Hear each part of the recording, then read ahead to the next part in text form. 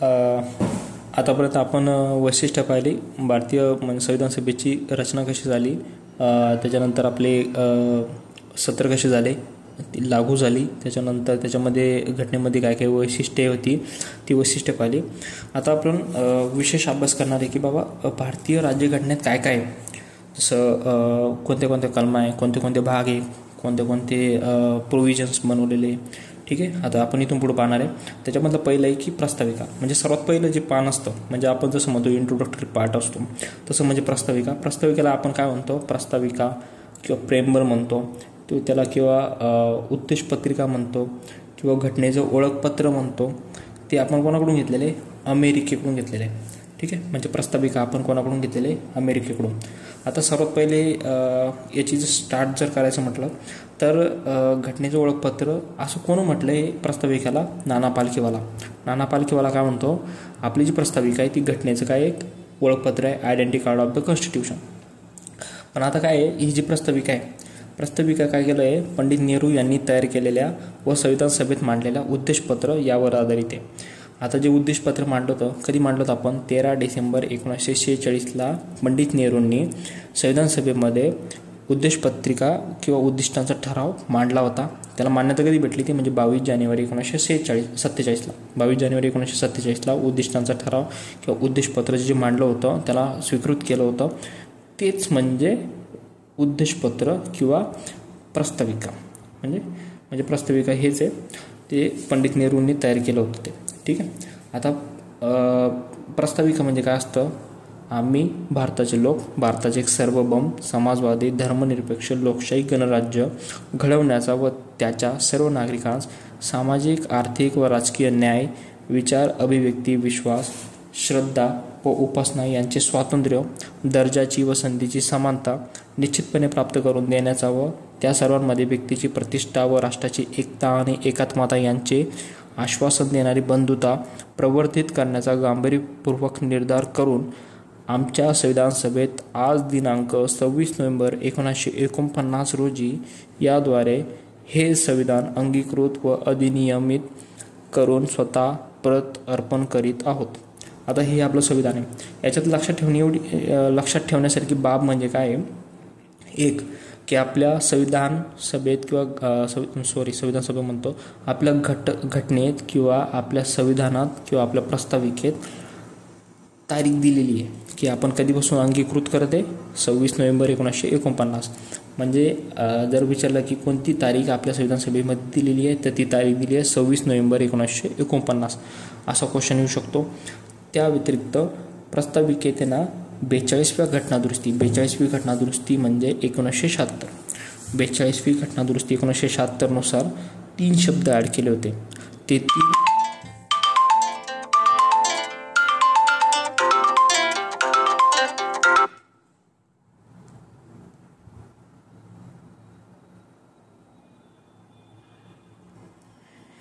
घटनेमध्ये 3 शब्द ॲड केले होते. घटनेमध्ये न म्हणता घटनेची जी प्रस्ताविका आहे त्या प्रस्ताविकेत 3 शब्द ॲड केले होते. त्याच्यात होता पहिला समाजवादी धर्मनिरपेक्ष एकात्मता. एकात्मता म्हणजे अखंडता. ठीक आहे, एकात्मता येईल किंवा अखंडता येईल असा कुठलाही शब्द येऊ शकतो. तर ती 42वी घटनादुरुस्ती 1976 नुसार आली होती. प्रस्ताविकेचे घटक आहे, वेगवेगळे घटक, की आपली प्रस्ताविका 4 घटक काय करते, स्पष्ट करते. की घटनेचा प्राधिकरणाचा स्रोत, म्हणजे घटना आपले प्राधिकार भारतीय जनतेकडून प्राप्त करते. त्याच्यानंतर दुसरं काय, भारतीय समाजाचे स्वरूप भारतीय राज्याचे स्वरूप, म्हणजे कसं आपलं सार्वभौम आहे, समाजवादी आहे, धर्मनिरपेक्ष आहे, लोकशाही गणराज्य, हे आपले राज्याचे स्वरूप आयडियल्स दर्शवते. त्याच्यानंतर घटनेचे उद्देश आकांक्षा आहे, काय आहे, न्याय, स्वातंत्र्य, समता, बंधुता, हे आपले काय उद्देश आहे. त्याच्यानंतर घटनेची स्वीकृती म्हणजे 26 नोव्हेंबर 1949 प्रस्ताविकेत दिलेली आहे. बल्कि घटनेचा अंमल 26 जानेवारी 1950 पासून सुरू झाला. आता परत एकदा की घटनेत दिनांक दिलेला आहे 26 नोव्हेंबर 1949. त्याच्यानंतर प्रस्ताविकेचे तत्त्वज्ञान, त्याच्यानंतर आपले जे तत्त्वज्ञान आहे जसं सार्वभौम समाजवादी धर्मनिरपेक्ष, आपण त्याचं ब्रीफमध्ये बघणार. तर त्याच्यामध्ये पहिलं आहे सार्वभौम. जसं आपण बघितलं की सार्वभौम म्हणजे एक असे की सेंट्रलाइज पॉवर असते. म्हणजे सार्वभौम म्हणजे कोणत्याही बाह्य शक्तींचा प्रभाव नसणे. म्हणजे जसं आता जसं आपलं भारत आहे, भारतामध्ये काय आहे की बाकीचा कोणत्याही देशाचा आपल्यावर काय कंट्रोल राहणार नाही. म्हणजे आपण एक काय सार्वभौम कंट्री आहे, सार्वभौम देश आहे. राष्ट्रकुलाच्या मध्ये काय संयुक्त राष्ट्र यांच्यासारख्या आंतरराष्ट्रीय संघटनेचे सदस्यत्व स्वीकारणे म्हणजे सार्वभौमत्वाचा लोप होतो असे होत नाही. आता आपण राष्ट्रकुल जे UN मध्ये आपलं प्रतिनिधित्व दिलं होतं किंवा अनुमोदन दिलं होतं. आता आपण अनुमोदन कधी दिलं होतं ते UN मध्ये आपण अनुमोदन दिलं होतं म्हणजे मे 1949 मध्ये. म्हणजे भारत जसा स्वतंत्र झाला 1947, 48, 49 मध्ये आपण UN ला अनुमोदन दिलं होतं. आता ते राष्ट्रकुलला आपण जॉईन झालो याचा अर्थ असा नाही की आपण सार्वभौमत्व लोप केलं, तसं होत नाही. सार्वभौम म्हणजे आपण स्वतःची कंट्री, आपला स्वतः अधिकार, कायदे विधी करण्याचा अधिकार आहे. त्याच्यामुळं आपल्यावर कोणाचा परकीय सत्तेचे आधिपत्य नाही, कोणाचा आपल्यावर कारभार चालत नाही, म्हणजे आपण सार्वभौम आहे. त्याच्यानंतर समाजवादी हा शब्द 42व्या घटना दुरुस्ती 1976 नुसार ॲड केला होता. ठीक आहे. समाजवादीमध्ये लोकशाही समाजवाद असून साम्यवादी समाजवाद नाही आहे. म्हणजे भारताचा समाजवाद कसा आहे आपला, लोकशाही आहे, लोकशाही समाजवाद आहे. म्हणजे डेमोक्रॅटिक सोशलिझम आहे आपल्याकडं, कम्युनिस्टिक सोशलिझम नाही. कम्युनिटी म्हणजे कम्युनिटीनुसार आपला समाजवाद नाही, आपलं लोकशाही विषयी आहे. लोकशाही समाजवादाची उद्दिष्टे दारिद्र्य, अज्ञान, अनारोग्य व संधीची विषमता दूर करणे ही असते. म्हणजे आता बघ, साम्यवादी किंवा कम्युनिस्ट जर म्हटलं आपण जातीपंथी वगैरे या गोष्टीनुसार आपण अडकून राहू, धर्म जात त्याच्यामध्ये. पण लोकशाही समाजवादीमध्ये काय दारिद्र्य आहे. दारिद्र्यामध्ये काय असणार, दारिद्र्य गरीब असू शकतो, कुठल्या कास्टचा असू शकतो, अज्ञान कोणी असू शकतो, अनारोग्य, संधीची विषमता, हे काय असणार आहे आपले समाजवादी आपली समाजवादी हे आपली काय प्रास्ताविकेचे तत्त्वज्ञान आहे. त्याच्यानंतर याच्यामध्ये काय होतं, भारतीय समाजवाद मार्क्सवाद व गांधीवादाचे मिश्रण आहे. ठीक आहे. पण आपलं जे झुकाव आहे तो गांधीवादाकडे जास्त जातो. आता या मात्र 1991 पासून करण्यात आलेल्या उदारीकरण, खाजगीकरण, जागतिकीकरण या धोरणामुळे भारतीय समाजवाद बराच विरल होत आहे. कारण उखाजा 1991 पासून आलेलं आहे, ते भारतीय समाजवादाला थोडंसं काय करतं, विरळ करतं, म्हणजे थोडंसं वेगळं करतं. आता याचं ब्रीफिंग आपण नंतरच्या एका रेकॉर्डिंगमध्ये बघणार. त्याच्यानंतर धर्मनिरपेक्ष, तिसरं कसं आहे आपलं धर्मनिरपेक्ष. म्हणजे भारतीय राज्य धार्मिक नाही, आपलं धार्मिक नाही आहे, आपण अधर्मी पण नाही आहे. म्हणजे आपण धर्माला पकडून नाही, अधर्मी नाही आहे, आपण धर्मविरोधीसुद्धा नाही. आपलं कसं आहे धर्मनिरपेक्ष आहे. धर्मनिरपेक्ष म्हणजे प्रत्येक व्यक्तीला कोणत्याही धर्माचे आचरण करण्यास मुक्त असेल, कोणत्याही व्यक्ती किंवा गटाच्या विरुद्ध धर्माच्या आधारावर भेदभाव करणार नाही. आता हा जो शब्द धर्मनिरपेक्ष 42व्या घटनादुरुस्तीनुसार ॲड केलेला आहे. आपल्याला धर्म स्वातंत्र्य दिलेलं आहे, कलम 25 ते कलम 28 पर्यंत जे बी आहे धर्म स्वातंत्र्य आपल्याला दिलेलं आहे. ठीक आहे. त्याच्यानंतर लोकशाही, डेमोक्रॅटिक, आपली जी कंट्री आहे ती डेमोक्रॅटिक कंट्री आहे. लोकशाही आपल्याकडं लोकशाहीमध्ये असते की प्रत्यक्ष लोकशाहीमध्ये राज्यकारभार जनतेचा प्रत्यक्ष सहभाग असतो. अप्रत्यक्ष लोकशाहीमध्ये जनता निवडून दिलेल्या प्रतिनिधींच्या माध्यमातून राज्यकारभारात सहभागी होत असते. ठीक आहे. भारतीय संसदीय लोकशाही, आपली लोकशाही कशी आहे, संसदीय लोकशाही स्वीकार करण्यात आलेला आहे. याच्यामध्ये काय असतं, सार्वत्रिक काय असते, प्रौढ मतदान पद्धती असते, नियतकालिक आपल्याकडे काय होतात, नियतकालिक निवडणुका होतात, कायद्याचे राज्य आहे, व्यक्तीला स्वातंत्र्य आहे, व्यक्ती स्वातंत्र्य, जबाबदार शासन पद्धती आहे, स्वतंत्र न्यायव्यवस्था आहे. त्याच्यामुळे आपली कशी लोकशाही काय द्योतक आहे. प्रास्ताविकेतील लोकशाही हा शब्द मात्र व्यापक अर्थाने घेतला असून त्यात राजकीय लोकशाहीबरोबर सामाजिक आर्थिक लोकशाहीचा समावेश आहे.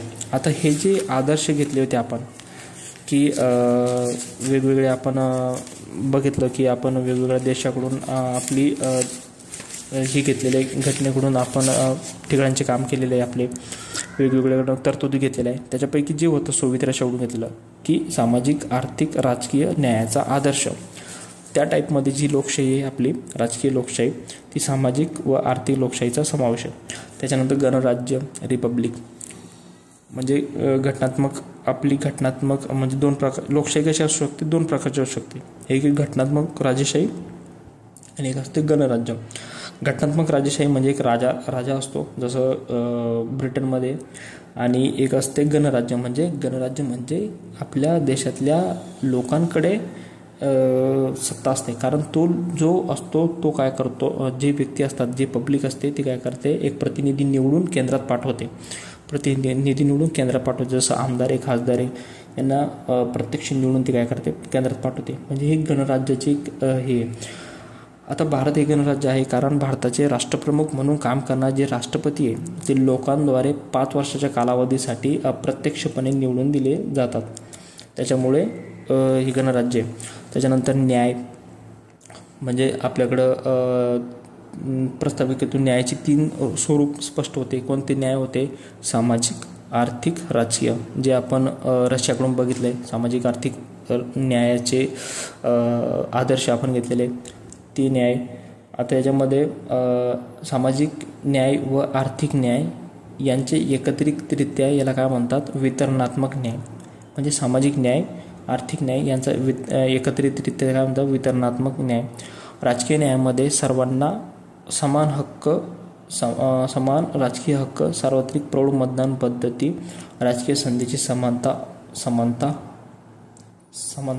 इत्यादींचा काय होतो, समावेश होतो.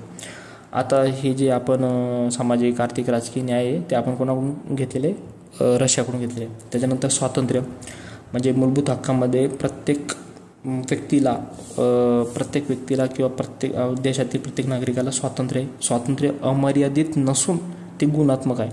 म्हणजे काय होतं ना की आणीबाणी दरम्यान आपले स्वातंत्र्य हिरावले जाऊ शकतात. आता कलम 20 कलम 21 हिरावले जाऊ शकत नाही, पण अशी काही कलम आहे ती आपल्याकडून काय होतात, हिरावली जाऊ शकतात काही काळामध्ये. त्याच्यामुळे ते म्हणतात स्वातंत्र्य जे स्वातंत्र्य आहे ते अमर्यादित नाही आहे, ते गुणात्मक आहे.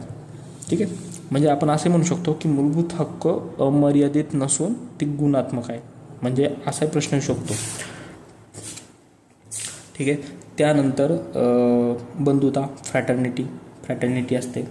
बंधुता सगळ्यांना एकात्मताचे किंवा प्रत्येक नागरिकाला धार्मिक, भाषिक, प्रादेशिक वर्गीय भेदाच्या पलीकडे जाऊन सर्व जनतेमध्ये सामंजस्य वाढीला लावणे हे काय आपले कर्तव्य. त्याच्यानंतर दुसरं आहे की एकता व एकात्मता. एकात्मता हा जो शब्द 42वी घटना दुरुस्ती 1976 नुसार ॲड केला होता. एकात्मता म्हणजे अखंडता, म्हणजे आपण कसं युनियन आहे, युनायटेड आहे, आपण इंटिग्रिटी आपल्या याच्यामध्ये. म्हणजे एकता म्हणजे युनिटी आणि एकात्मता म्हणजे इंटिग्रिटी.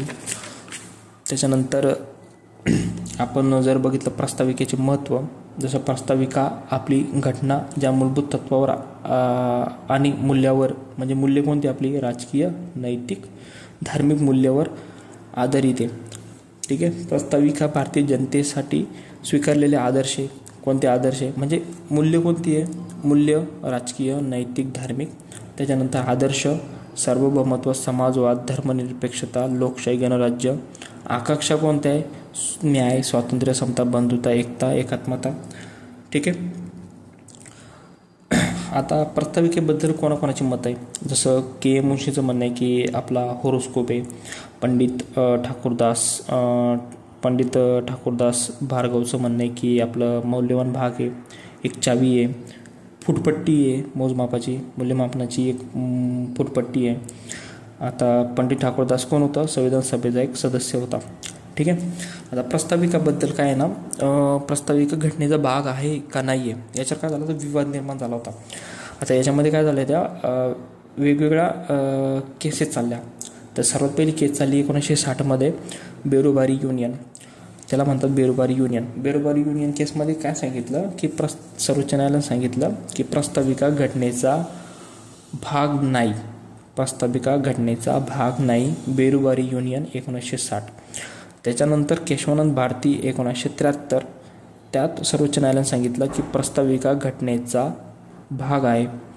आणि ऑल इंडिया केस म्हणजे LIC ऑल इंडिया केस 1995 सांगितलं प्रस्ताविका घटनेचा अविभाज्य भाग आहे. म्हणजे असं सांगितलं की घटनेचा अविभाज्य भाग आहे. अशा 3 केस चालल्या. म्हणजे 1960 बेरोबारी युनियनमध्ये सांगितलं घटनेचा भाग नाही. 1973 केशवानंद भारतीमध्ये सांगितलं की प्रस्ताविका घटनेचा भाग आहे. आणि LIC ऑफ इंडिया 1995 सांगितलं की प्रस्ताविका घटनेचा अविभाज्य भाग आहे. त्यानंतर पुढील प्रस्ताविकेबद्दल 2 बाबी स्पष्ट होतात. कोणत्या? प्रस्ताविका ही कायदेमंडळासाठी अधिकारांचा स्रोत नाही व त्यावर प्रतिबंध आणता येत नाही. आता प्रस्ताविका म्हणजे इंट्रोडक्शन आहे. ते कायदेमंडळ म्हणजे त्याच्यासाठी थोडी काही स्रोत थोडी सोर्स थोडी तो की याच्यातून कलमा घ्यावं, याच्याकडून हे घ्यावं ते घ्यावं, नाही. म्हणजे ते स्रोत नाही आहे, अधिकारांचा स्रोत नाही आहे. आणि दुसरी गोष्ट, प्रस्ताविका न्यायप्रविष्ट नाही म्हणजे जस्टिसेबल नाही आहे. म्हणजे आपले जस्टिसेबल फक्त एकच आहे, न्यायप्रविष्ट फक्त एकच आहे, ते म्हणजे मूलभूत हक्क. बाकी सर्व इनजस्टिसेबल आहे. म्हणजे कुठेही आपल्याला जस्टिस भेटत नाही. फक्त जस्टिस आपलं भेटतो मूलभूत हक्क जेव्हा आपले मूलभूत हक्क लोप पावतात. त्याच्यानंतर प्रस्ताविकेची सुधारणा. प्रस्ताविकेमध्ये जर सुधारणा करायची आहे तर ती कलम 368 नुसारच केले जाते. त्याच्यामध्ये पण सांगितलं आहे कलम 368 म्हणजे भाग 20 मध्ये प्रथम केशवानंद भारती केसमध्ये सांगितलं की प्रस्ताविका घटनेचा भाग आहे. तिच्यामध्ये सुधारणा जर करायची असेल तर ती होऊ शकते, पण तिच्या मूलभूत संरचनेला धक्का नाही लावला पाहिजे. ठीक आहे. म्हणजे प्रस्ताविकेची घटनेत सुधारणा होऊ शकते, पण तिच्या मूलभूत संरचनेला हात न लावता. कोण सांगितलं होते? केशवानंद भारती, म्हणजे 1973 मध्ये सांगितलं. त्याच्यानुसार 42वी जी घटनादुरुस्ती झाली ती 1976. त्याच्यामध्ये 3 शब्द ॲड केले होते. म्हणजे 1973 मध्ये केशवानंद भारती आला की बाबा तुम्ही करू शकतात, घटनेमध्ये सुधारणा करू शकतात, पण त्याच्या मूलभूत संरचनेला हात न लावता. लगेच 3 वर्षानंतर 1976 मध्ये सांगितलं की समाजवादी, धर्मनिरपेक्ष, एकात्मता हे शब्द ॲड केले आणि त्याच्यानुसार हे प्रस्ताविकेमध्ये 3 शब्द ॲड केले होते. हे आपली प्रस्ताविकेमध्ये आपण वेगवेगळे तत्त्वज्ञान बघितले. म्हणजे सार्वभौम, सोवेरियन, त्याच्यानंतर समाजवादी, सोशलिस्ट, धर्मनिरपेक्ष, सेक्युलर, लोकशाही, डेमोक्रेसी, गणराज्य, रिपब्लिक, न्याय, जस्टिस, स्वातंत्र्य, लिबर्टी, समानता, इक्वॅलिटी, बंधुता, फ्रॅटर्निटी, एकता, युनिटी, एकात्मता, इंटिग्रिटी असे भाग. थँक्यू.